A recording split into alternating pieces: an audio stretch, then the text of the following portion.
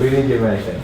I also, the next thing I want to talk about, as you're talking about some of the priorities for your upcoming year, and the focus on the parks and the community is tremendous and is a huge one. From the Chamber's perspective, we had a nice discussion at our executive board and we're really like to declare, from our perspective, 2015 the year of retail.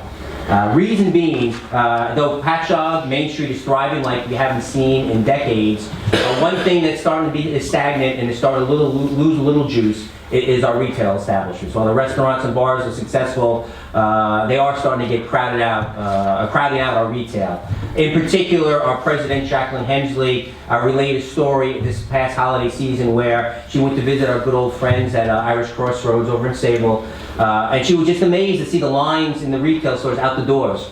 And where, when she came back to Patchogue later that afternoon, it really didn't transcend the same for us. And certainly, Patchogue predominantly always was known as a shopping mecca for Suffolk County, and we don't want to lose that. We want to try to recapture that. So I think it is time.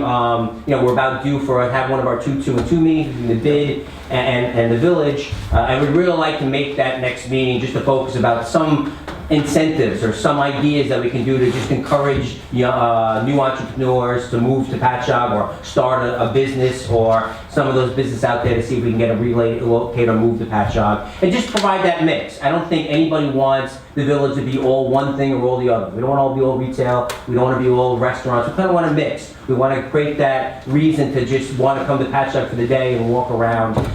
Hotel obviously would then lead to a tourist idea and the idea of a long weekend in Patchogue with the beaches and all. So that's just something from the Chamber that we look to work with you this year and see what we can come up with as a way to both maintain the retail that's here as well as hopefully expand upon it. Now I just want to get into upcoming dates that we have coming. This Saturday we have another grand opening.